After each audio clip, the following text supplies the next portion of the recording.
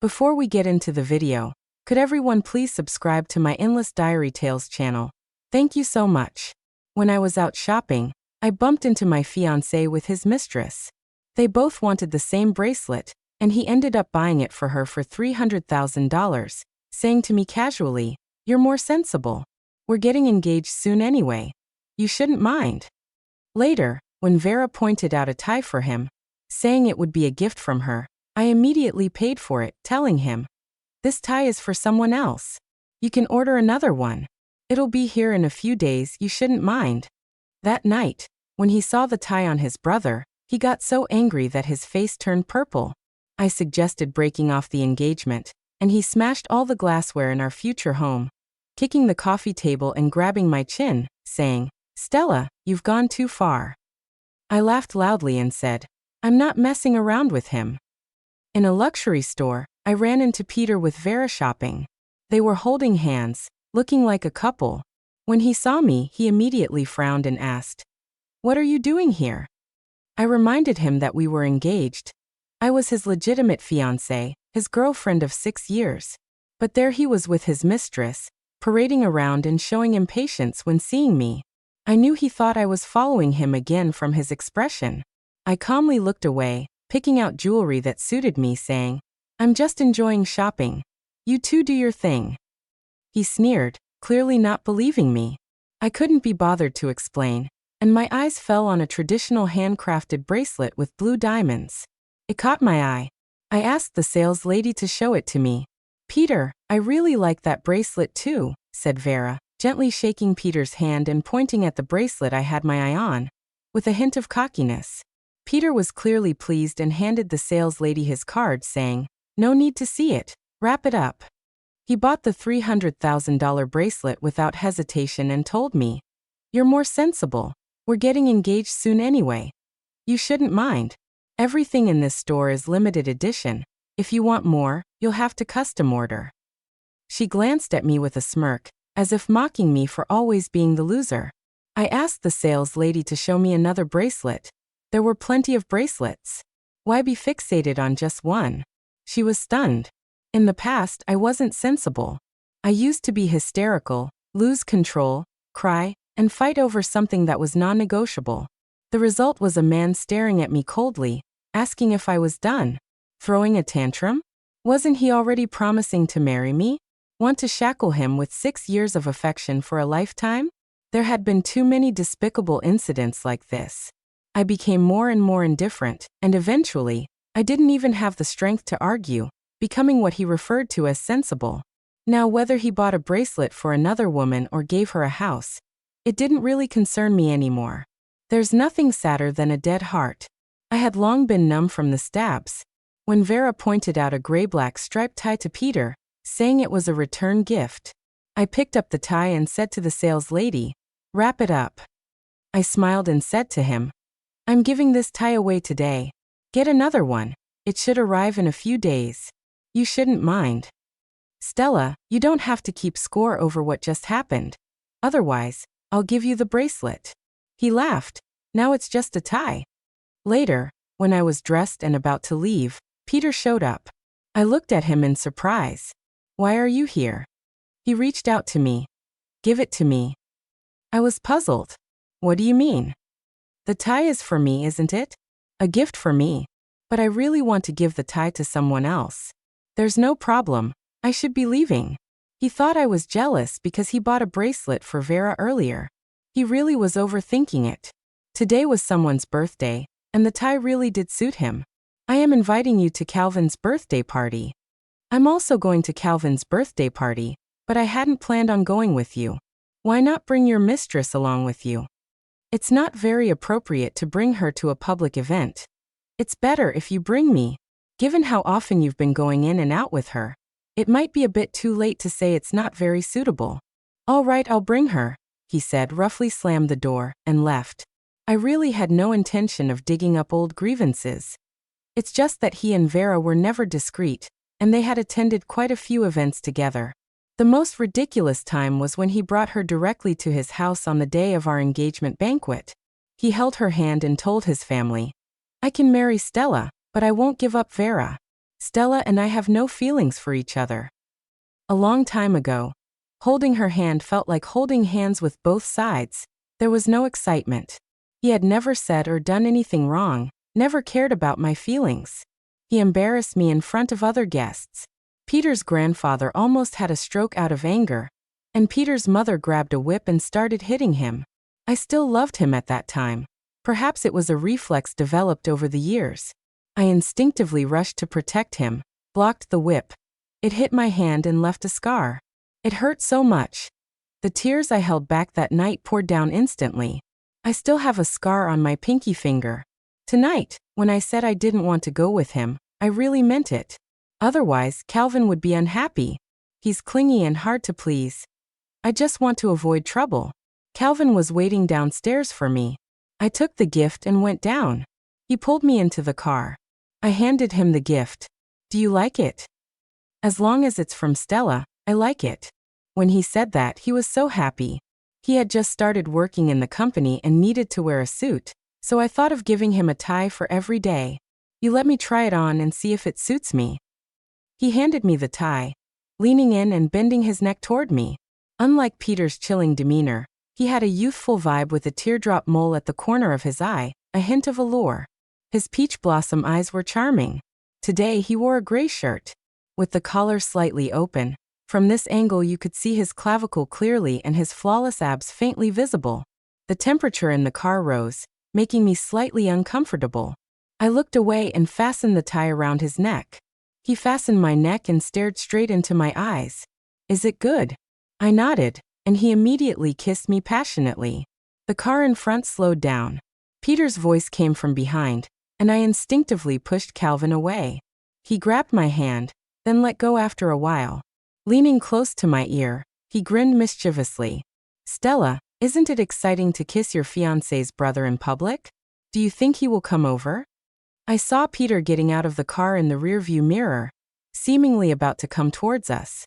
Eventually, as he was about to reach us, Calvin quickly drove the car away, leaving Peter with a face full of dust, standing there with a cold expression. Why change your mind and not let him see it? I still want to give my sister the choice to tell him she got dumped. Isn't that satisfying? I just hope not to wait too long. I'm getting impatient. I want to hold your hand to let everyone know about our feelings.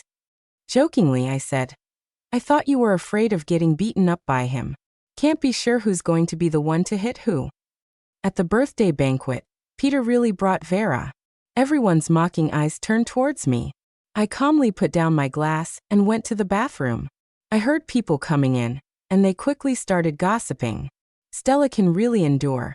Her fiancé openly brought another woman to Calvin's banquet, and she didn't even know where to hide. This isn't the first time. It's nothing new. At their engagement banquet, she was there. Yet Stella still endured. Do you think they will get married? I bet they won't. After enduring for so long, if they were going to break up, they would have done it long ago. It's been 2 years since the engagement, still no wedding date set. It's probably not going to happen. I pushed open the door. They looked at my expression, a bit embarrassed. I smiled lightly and threw the necklace around my neck into the trash. I bet they won't. I'm going to call off the engagement, and I just happened to visit the bathroom.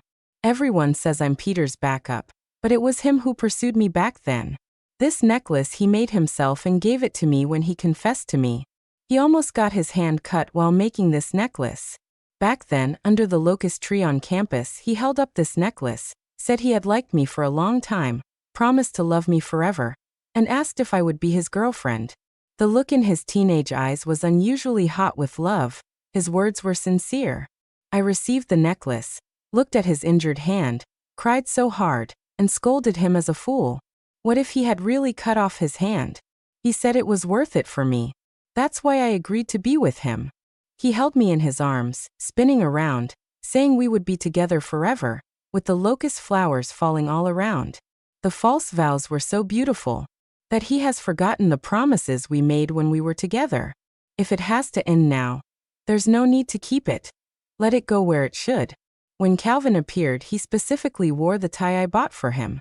The moment Peter noticed the tie, his grip on the glass tightened. He tried to control himself and strode over to me. Who was the tie intended for? Limited edition items are always noticed right away. I personally tied that tie around Calvin's neck before he appeared. When he was about to change it, I stopped him. Keep it on. It suits you well. It looks great. Calvin wrapped his arm around my waist, leaning against me with a smile, saying, Stella, it looks like they're really considering making me a regular employee. Peter placed one hand on my wrist and asked again, You gave the tie to Calvin, is that right? I replied nonchalantly, Yes, so what? He questioned with a grim expression. Why would you give such an intimate item to another man? I chuckled lightly and countered. What's the problem? What right do you have to interrogate me? You gave Vera a bracelet that costs more than this tie. Have you been so frugal with her gifts all these years? I never questioned it. Peter's grip tightened on the highball glass in his hand, and the glass shattered, piercing his palm with shards of glass and drawing blood. Vera nervously grasped his hand, calling out, Peter, attracting the attention of onlookers. Sensing all eyes on us, I made a declaration on the spot. Peter and I won't be getting married. The previous engagement doesn't count, and our future has nothing to do with each other. The room fell silent, shocked that I would say such words. After all, I once ended up in the hospital due to a variety of mixed drinks just to avoid parting ways with him. He saw my pallid face, sickly from the incident, and his first words were, Must you make yourself so unrecognizable? Look at yourself now. I can't stand to see it. I covered my face, crying uncontrollably. The video was leaked and circulated within our social circle, with rumors spreading that I would haunt Peter for the rest of my life, refusing to break off the engagement. Looking back now, I realized I had lost my last bit of self-respect just to hold on to that ridiculous love. It wasn't worth it. Vera was the only one in the room visibly excited, her eyes immediately shifting to Peter. Peter's expression darkened even further, likely not wanting to be a spectacle in front of so many people, as he quickly grabbed me to leave the party. Vera, however, caught his other hand. Peter promptly shook her hand off, causing her to fall to the ground, clearly exerting considerable force. Vera had never been treated this way before, and she cried on the floor, heartbroken. Impatiently, he told her, You should go home for today. I didn't resist. I didn't want to be a laughingstock in public, especially after I had said what had to be said. Peter drove me to a villa. 2 years ago, we bought our house here. He ushered me into the room, fully furnished with items. I felt strangely calm while Peter, the moment he entered, smashed a vase. We had waited 3 months for that vase to arrive, because it was out of stock. But by then he had met Vera. On the day we were supposed to pick up the vase, Vera called, saying she had severe menstrual cramps. He was halfway to get the vase when he asked me to get off and get it myself. He would often abandon me for a call from Vera, leaving me to handle most of the interior decoration, which I had done alone by the time the house was finished. He didn't bother finishing the decoration. He simply stopped returning home with Vera. Feeling that wasn't enough, he shattered a set of ceramic dinnerware until the room was filled with broken pieces, having broken almost all the glassware in the room. Only then did he start to calm down slightly, sitting on the couch with his head hanging. When did you start with him? Looking down at him, I replied calmly, Does it really matter now? He stayed silent, lighting a cigarette, and demanded, I just want to know. About half a year, I said. His eyes shot up to me bloodshot, and he exclaimed, And I thought you loved me so much. Just like that, I gave a bitter smile, realizing how shameless he had to be to say such things. I had suffered for over a year, losing all my dignity and self-respect, becoming a laughing stock. I truly no longer loved him, and what right did he have to accuse me?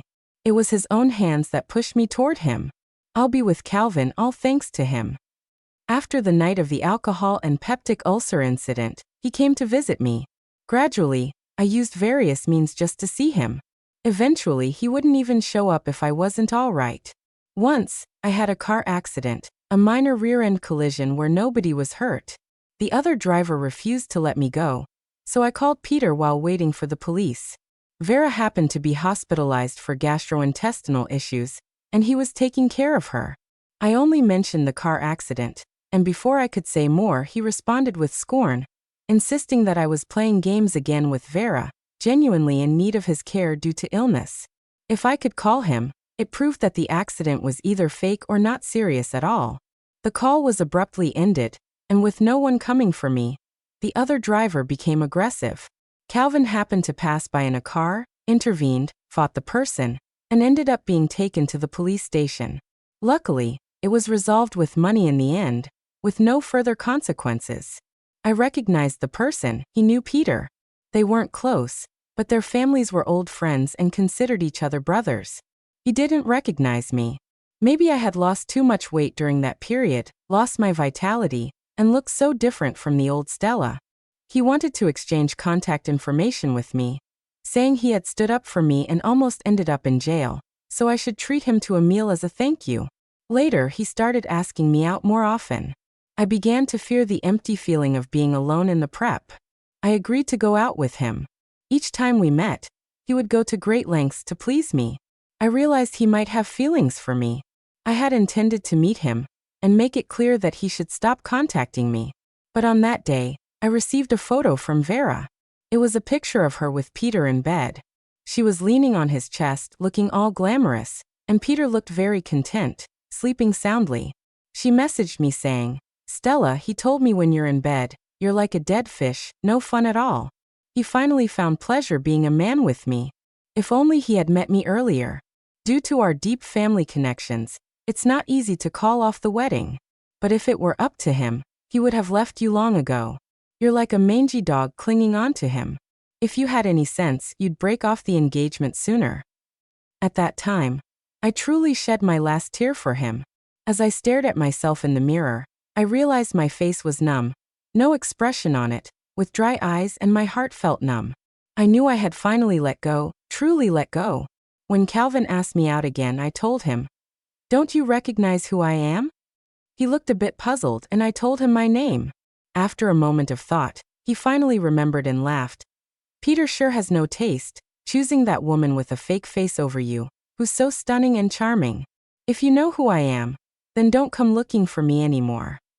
I got up to leave, but he grabbed my arm and pinned me against the wall, saying, "Stella, the way he treated you, you don't need to be with him. Are you still going to marry him?" I said, "No." Then he pleaded, "Give me a chance." He looked at me with pleading eyes, even willing to be a tool for me to make him jealous. I didn't do that. I wasn't that naive, and there was no need for it. After pushing him away, he persistently kept following me. Until one night, I was robbed, and he saved me, getting stabbed in the hand in the process. When I asked him why he came, he said, "Christmas was approaching, and I made a lot of cookies at home and wanted to bring some for you to try." I agreed to his seemingly unreasonable request, taking care of him for half a month.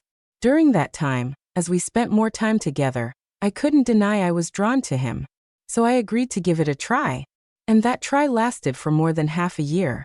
Peter stubbed out his cigarette, exuding an intense pressure as he spoke with a husky voice.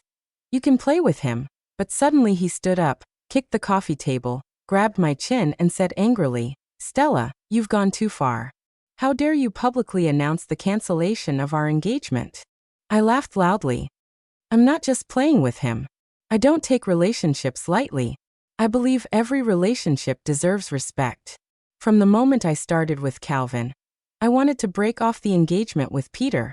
Whenever I tried to bring up the topic of breaking off the engagement with Peter, he would make excuses to not come home, or when I asked to talk, he simply wouldn't reply. He probably thought I wanted to talk about our marriage, so he avoided coming home and refused to talk. I found it really hard to see him. Recently, we happened to meet again at the same event, and I decided to announce it there on the spot, knowing this news would spread quickly within our social circle. His fingertips trembled and his voice became unstable. He said, "I can let it go this time. I can break up with Vera, but you need to break up with Calvin too. We'll pretend we were just fooling around, and our families can sit down and talk about it, confirming the cancellation of our engagement." I pushed his hand away, wiped my chin with a tissue, removing the dried blood stains. Glancing at his injured hand, I said to him, "But what about it? I have feelings for him. I feel nothing for you anymore.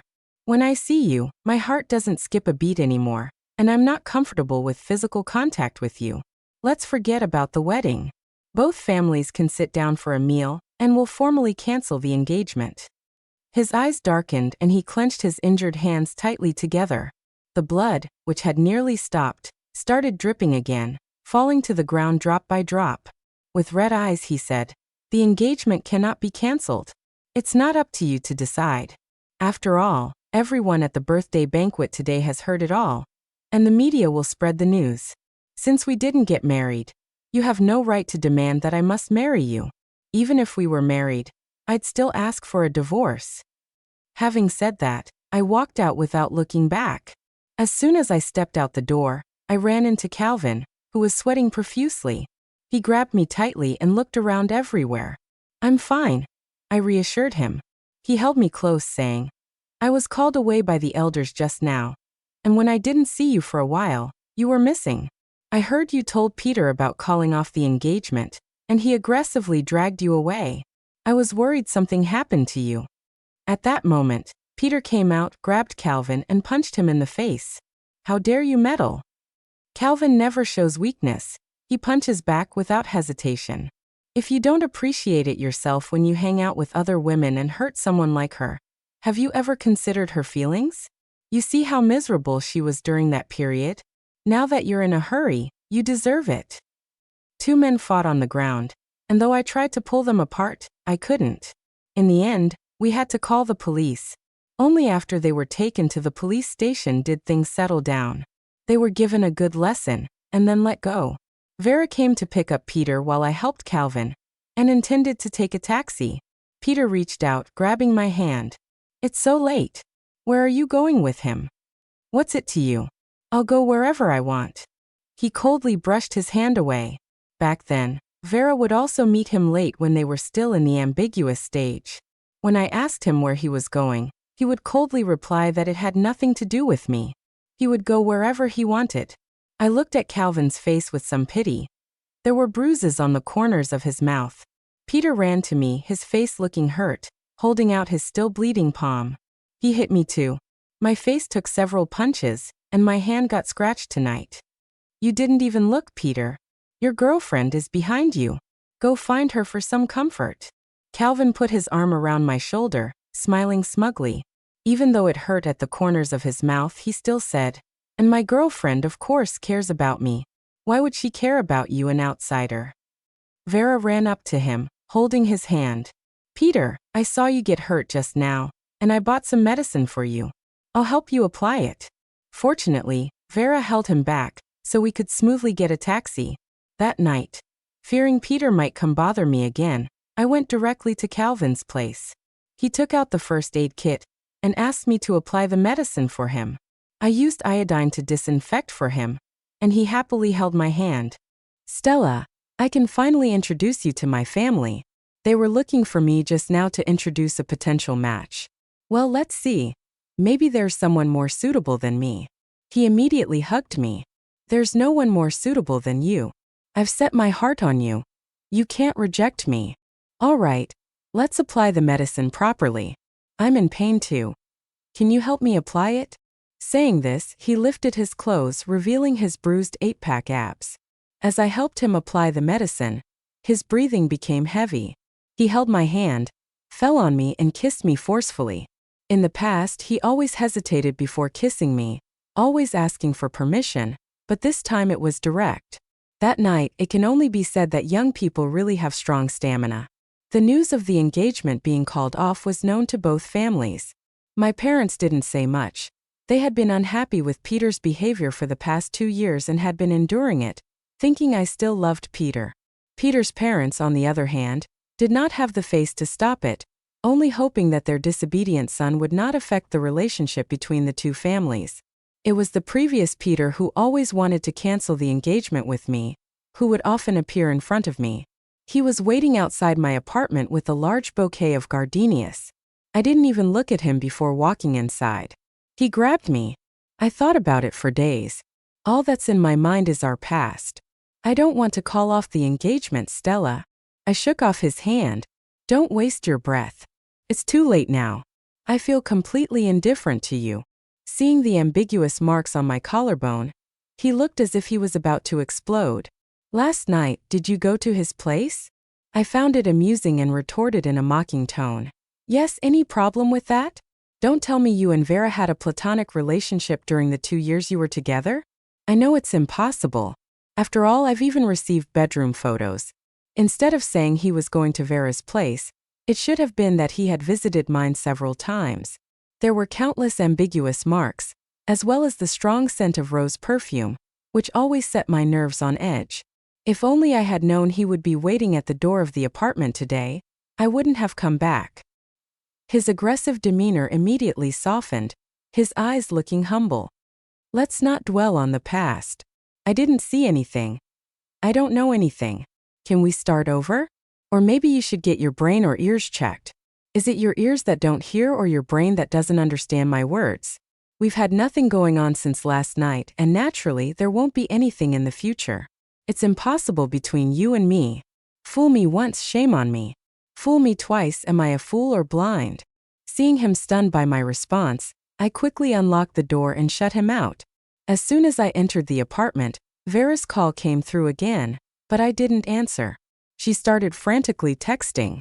Bitch, did you say something to Peter? He wants to break up with me. He loves me so much. How could he want to break up with me? It's because he was pressured from home, right? He said that without the family pressure, he would have broken off the engagement with you long ago and married me. What's the use of clinging to him? He doesn't love you anymore, spare him. I beg you, I can't live without him. I'll die without him. Peter actually did break up with her. It was a result I had tried to bring about many times before, but I never succeeded. Finally, they felt the pain of someone they cared about being with someone else.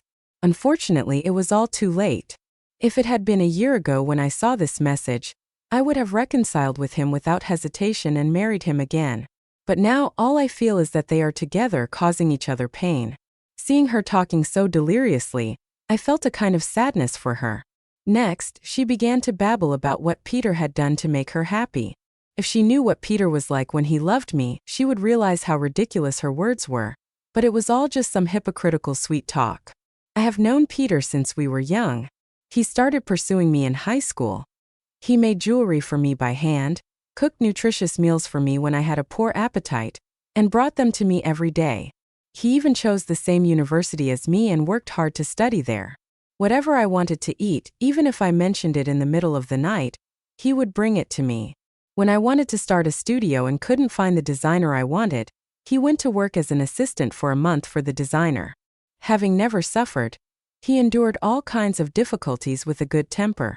To get that designer to agree to work in my studio, the designer, upon seeing me for the first time, told me, "You found a man who really, really loves you." What's ridiculous is that this man, who loved me intensely after proposing to me and after our 4th year together, had a change of heart. I endured for so long because he had genuinely loved me before, and we had a sweet past. I didn't want to believe that he would choose another woman over me. Reality brutally slapped me in the face after Vera appeared. He kept putting my heart through hell, making me feel like life wasn't worth living. Vera's messages kept coming. She said he didn't show up on our anniversary because he went to an exhibition with her. They kissed under romantic lights that day. For the first time, he didn't celebrate my birthday because Vera fell while changing a light bulb at home. He immediately rushed to take care of her and even helped her change the bulb. He did everything that needed to be done that time. Just one step was missing. He even bought a house near a future marital home so they could be together whenever after we got married. Turns out, except for sleeping with her, he didn't really do much himself. Most of it was done by his staff. Love for Peter has a time limit. For me it's 4 years. For her maybe only 2 years. What he loves is the excitement dopamine gives him. Once that's gone, he wants a new target. I only sent her one message. I want to cancel the engagement. He doesn't. She finally quieted down. Peter didn't leave even at night. It started raining outside. I got up to close the window and saw him still standing downstairs, looking up in the direction where I lived. It rained all night, and the next day when I left, he was still there. Not sure if he was trying to soften me. He stubbornly stayed outside the car, drenched in rain all night. He ended up slumping in front of the car drowsily. When I passed by, he was mumbling my name. Kindly, I called Vera, asking her to pick him up. Afraid he might come again, I decided to move into the villa Calvin bought. It was peaceful for a few days, then Vera's calls started again. I hung up, but she kept calling. I blocked her. She called me from someone else's phone. Come to the hospital and see Peter. I'm Busse. I have to go to work.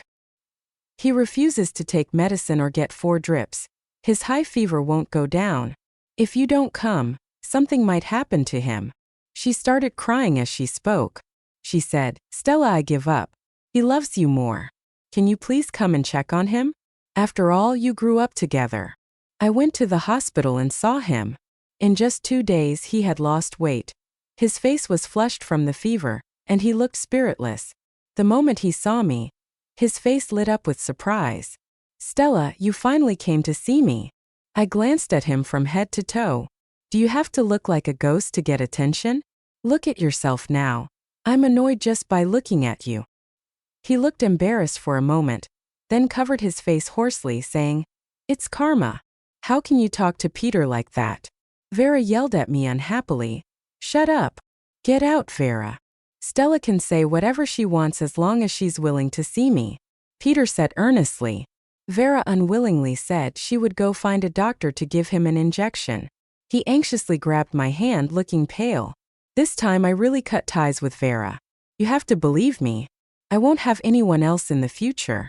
I don't know why she brought me to the hospital. I called her to come pick you up. How can I trust you? I said. Once a cheater, always a cheater. You've tainted yourself. I can't believe you. His eyes reddened from discomfort, with a trace of grievance. I'm a man who just made some mistakes unintentionally, but I'm willing to change.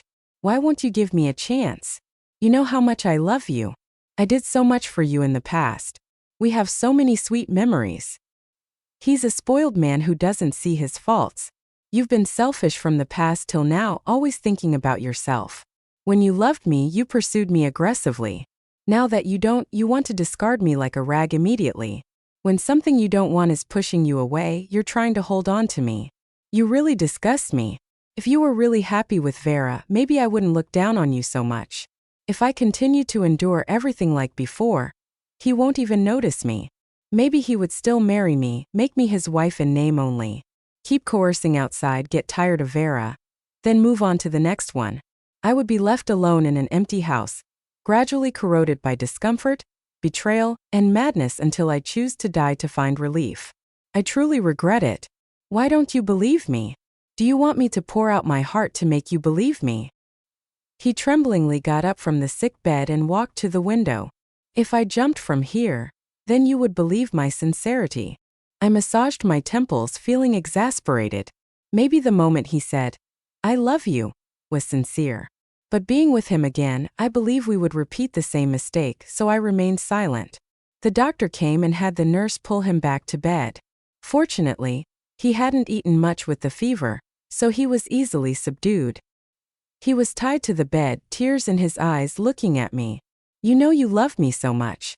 Now watch me die, and you won't even say, let's start over. You focus on getting better. In the future, no matter what, I probably won't come back. Can you give me 3 more days? Can we walk together in the places we used to go? No need. I find every second with you too much. If there's a next time, don't bother telling me. After all, people who truly want to die do it quietly. You're just causing a scene. This is what he said to me when I cut my wrists for him. That night, I called him and said if he didn't come back, he would regret it forever. It was the housekeeper who found the blood on the floor and called the ambulance. The first thing he said when he saw me in the hospital was this. My purpose in coming to the hospital was for revenge, tit for tat. It's all Calvin proposed to me. The grandeur compared to Peter back then was beyond compare. He had a drone deliver the ring to me, showered me with roses. He got down on one knee holding the ring and said, Stella, marry me. Before, he was a bit of a rascal, talking with a touch of insincerity. This time he was very serious, sincere, even cautious. I reached out and lifted the ring to his face. He put on the ring, kissed me joyfully, touching his nose against mine. Finally, I can make it official. You have no idea how long I've envied others. The news of my upcoming marriage with Calvin was quickly reported by the media. Peter came again, seeing me holding hands with Calvin, looking pained. I was afraid the two of them would fight. "You go up first and wait for me." Calvin didn't want to leave me alone with him, choosing to respect me. "I'll be right here. Call me if you need me." "You haven't even been together for a year, and you're getting married. Is that reliable?" "With me, we talked for 6 years altogether, known each other for 20 years. Is that reliable?" He was speechless at my question. "He's also a man. Do you trust him?" "Ido. If we're together, we should trust each other. Otherwise, why be together?" All those years with Peter, I relied on believing he still loved me to carry on. What if he betrays you too? Then it's goodbye. The next one might be a better man. That's what I learned from this love game with Peter. No one has to be indispensable. I managed to move on after 6 years. Next time I can do it too. Don't give up on love's existence because of one hurtful experience. It's not worth it for scum like that.